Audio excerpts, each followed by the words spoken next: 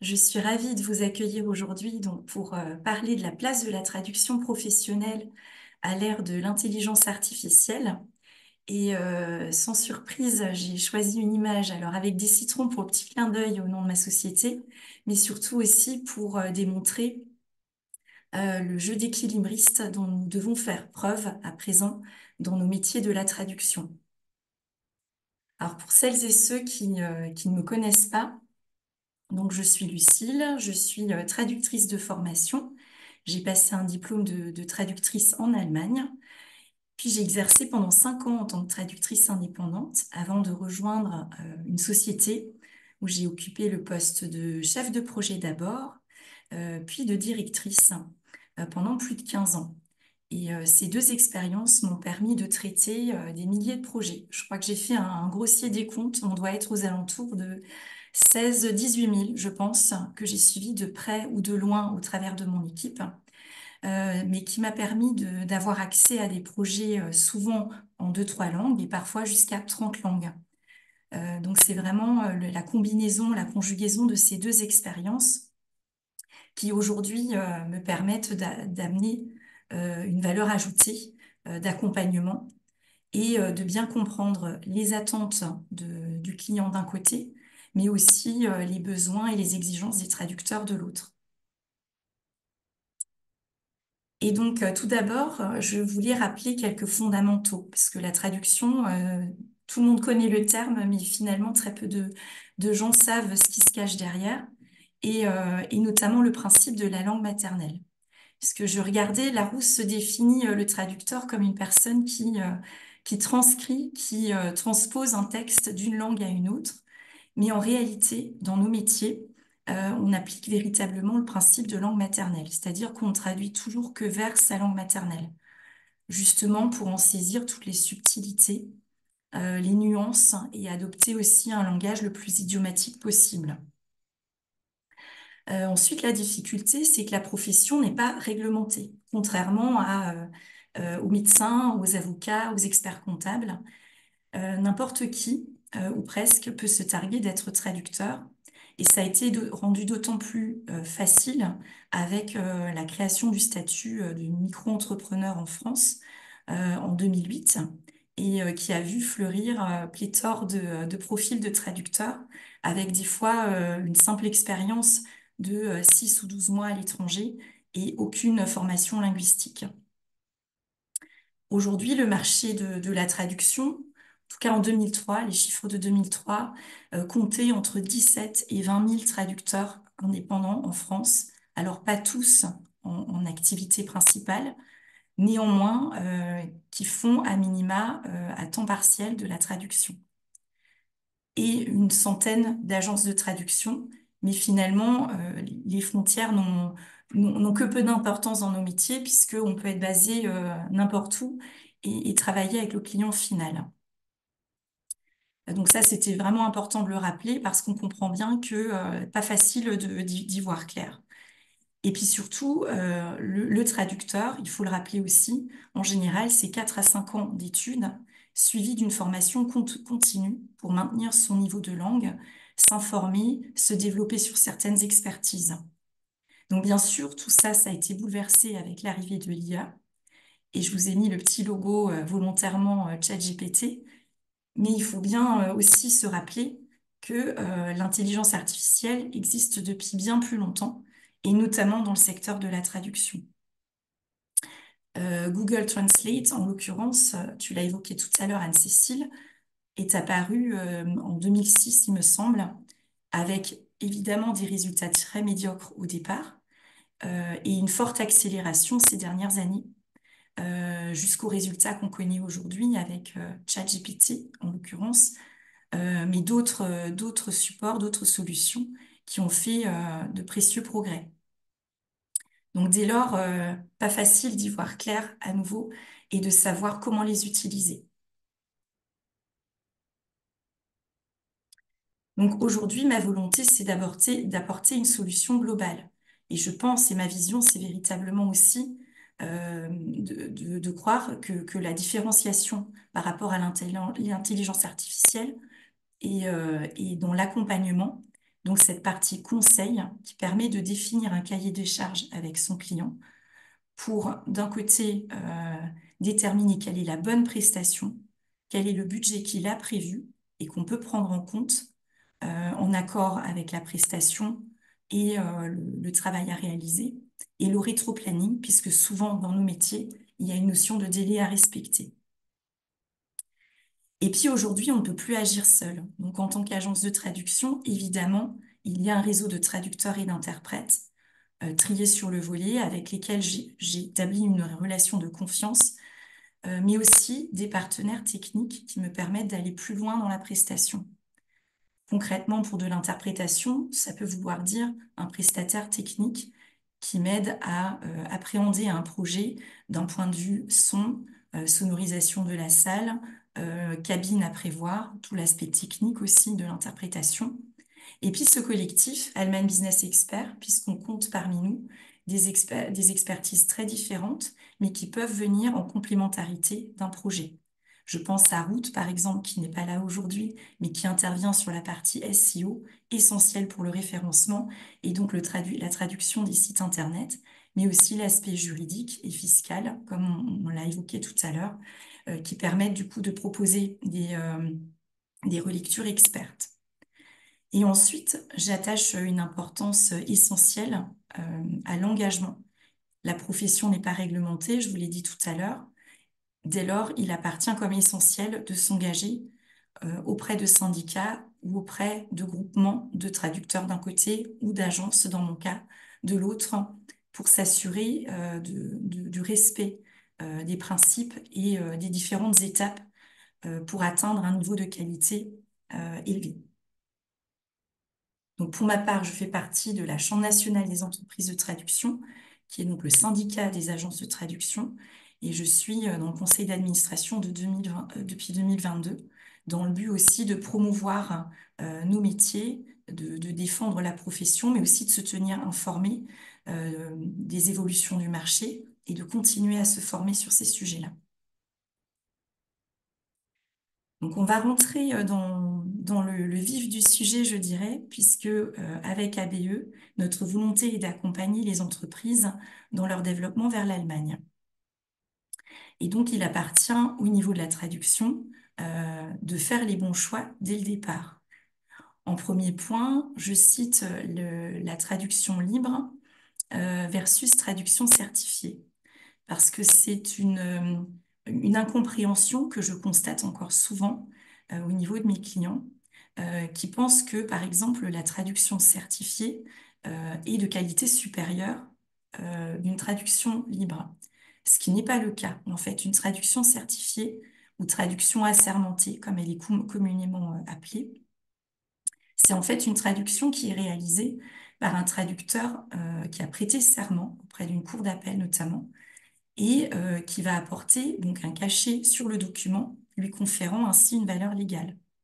En réalité, ce traducteur, dans la vie de tous les jours, il peut effectuer des traductions libres et sa spécialité, son expertise sera tout simplement le juridique. Alors, c'est pas forcément le cas, mais c'est souvent le cas.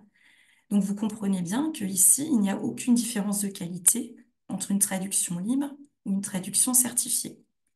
En revanche, il est important de déterminer si, au moment de la commande, l'une ou l'autre est exigée, parce que faire une traduction libre dans un premier temps et se rendre compte par la suite qu'en réalité, il fallait une traduction certifiée, ça peut supposer des coûts, puisque dans le cas où le premier traducteur ne serait lui pas assermenté, il faudrait refaire le travail. Un traducteur assermenté n'acceptant pas forcément, d'ailleurs pas souvent, de certifier le travail de quelqu'un d'autre, puisqu'il va engager sa responsabilité. Donc là, le travail de l'agence, c'est véritablement de sonder le client, de voir ce qui est attendu, notamment dans cette première étape de démarche administrative, où on peut imaginer qu'on nous demande, par exemple, la traduction d'un extrait CABIS, ou la traduction de statut, ou encore de conditions générales de vente ou d'achat. Évidemment, la qualité de ces différents documents est essentielle. Je pense notamment aux conditions générales de vente aussi, qui établissent ensuite le rapport entre le client et l'entreprise, et il est essentiel que la qualité soit à la hauteur de l'engagement. Ensuite, évidemment, il y a un coût qui est lié à ces prestations de traduction, d'où l'importance de définir des priorités. J'aime bien avancer par étapes, comprendre quels sont les différents moments clés au cours desquels l'entreprise avance dans son cheminement vers l'internationalisation. Donc, on a vu cette première partie en général plutôt administrative, juridique, où il y a donc des différents process de traduction qui peuvent être nécessaires. On imagine ensuite, par exemple, le recrutement et donc la traduction d'un contrat de travail. Et là aussi, il est essentiel que s'établisse un rapport de confiance. Pour avoir ce rapport de confiance, il est indispensable que la traduction soit rédigée dans la langue cible et donc la langue de la personne qui prendra ses fonctions et qu'elle puisse s'engager en toute connaissance de cause. Ensuite, on peut imaginer la partie plus commerciale. Donc, on veut développer ses activités, on développe ses ressources et le commercial aura besoin d'un certain nombre de supports. Ça peut être pas d'ordre de priorité particulier, mais on peut imaginer d'abord une brochure et ensuite un site internet ou l'inverse. Mais là aussi, en fonction de la cible, les attentes sont très différentes. Est-ce qu'on s'attend à s'adresser à un public plutôt à un grand public ou plutôt à des experts? L'audience et donc le niveau de langue ne sera pas le même.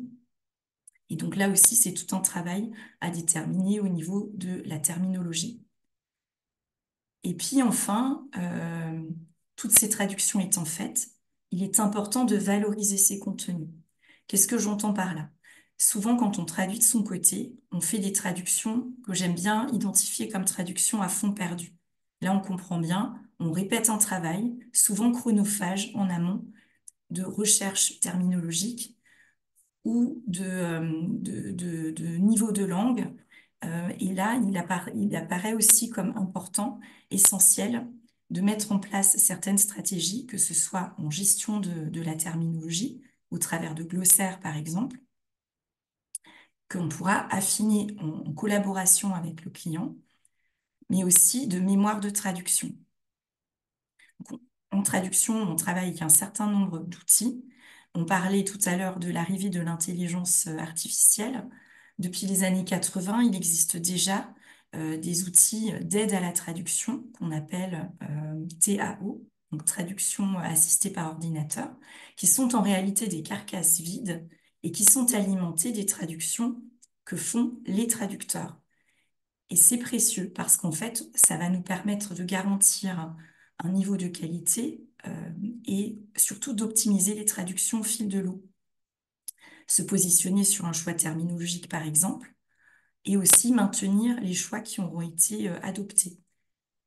Le logiciel retient les répétitions et permet aussi d'agir sur le tarif. Donc, ça devient réellement un investissement que de travailler de cette façon-là et d'éviter de perdre les traductions qu'on fait au fil de l'eau.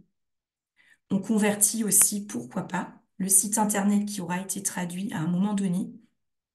On pourra en reprendre certaines parties qui figureront ensuite dans la brochure. Et puis enfin, tout ce travail conjugué est essentiel aussi dans le but de s'adapter culturellement, puisqu'en Allemagne, on n'appréhende pas du tout les produits ou de façon générale de la même façon, c'est-à-dire qu'on va s'attendre à beaucoup plus de détails et à retrouver plus de détails pour instaurer une confiance, notamment sur les sites internet ou les brochures.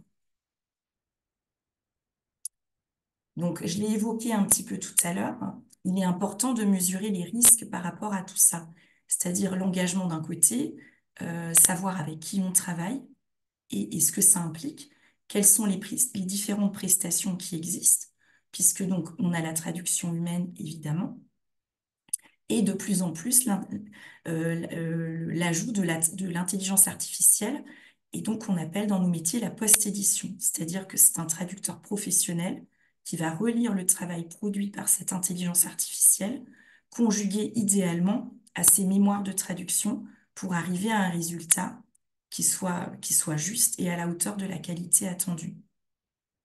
Ce travail sur la terminologie est fondamental puisque c'est ce qui va être gage de confiance au regard des fournisseurs, des clients, mais aussi de tous les partenaires à échelle de l'entreprise.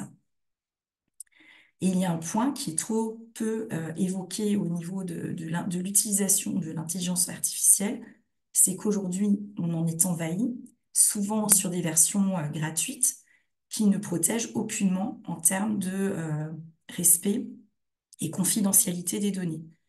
Donc là, effectivement, c'est indispensable aussi de s'assurer de prendre toutes les dispositions nécessaires et de ne pas copier-coller ou insérer du texte dans un tel outil. Et donc, la perte d'information, puisque c'était la partie aussi dédiée à dire, ben, on traduit, on met du budget dans la traduction, autant la valoriser, la consigner dans des mémoires de traduction qui est suivie, et aussi, dans ce cadre-là, éviter de changer de prestataire pour chaque projet, pour assurer cette continuité et bénéficier des travaux qui ont été, qui ont eu lieu en amont. Donc, c'est véritablement un équilibre à trouver entre cet accompagnement qui, de toute façon, est indispensable, et ensuite de se dire, est-ce que j'utilise l'intelligence artificielle ou pas? Ça peut être entendable sur certains projets, notamment à vocation interne ou des sujets techniques, mais toujours avec la vérification d'un traducteur. On arrive donc sur cette post-édition ou sur des sujets plus exigeants qui pourraient nécessiter une relecture experte. Donc, effectivement, c'est vraiment cette combinaison de ces différentes étapes qui assureront la qualité au final. Donc, voilà un petit peu pour dégrossir le sujet de cette intelligence artificielle. Vous avez mes coordonnées en haut de cette bannière, mon site internet citron-caviar.com.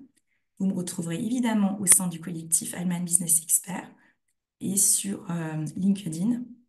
Et je me tiens à votre disposition pour les questions.